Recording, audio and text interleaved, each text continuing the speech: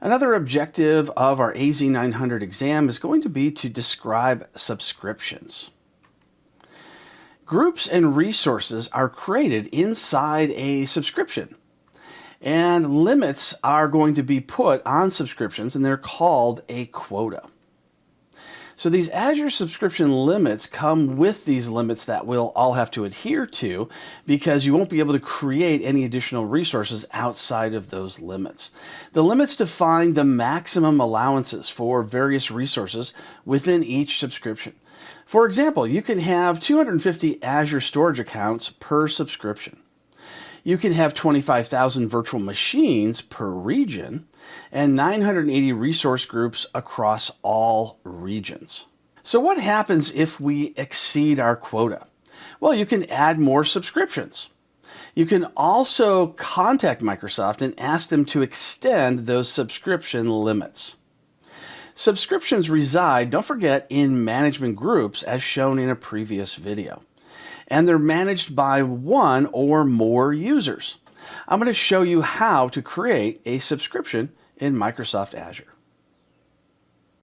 In order to purchase services, resources within the Azure portal, we're going to need to create a subscription.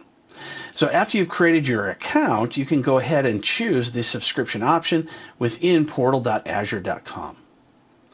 Now I need to choose the Add button because we don't currently have a subscription, and I've got multiple different options.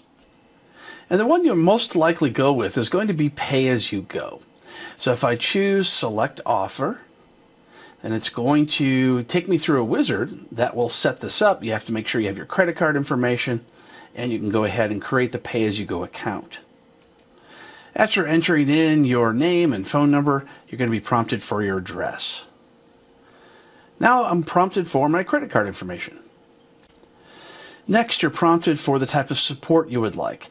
By default, you're going to have no technical support, but if you'd like to pay the additional amount, you can certainly do so here. And I'll click Sign Up. Now I'm going to be prompted for multi-factor authentication. It says that it's creating my account, so I'll click Submit. And now my subscription is complete. Now when I go back to the subscription page, you can see I have an official Azure subscription.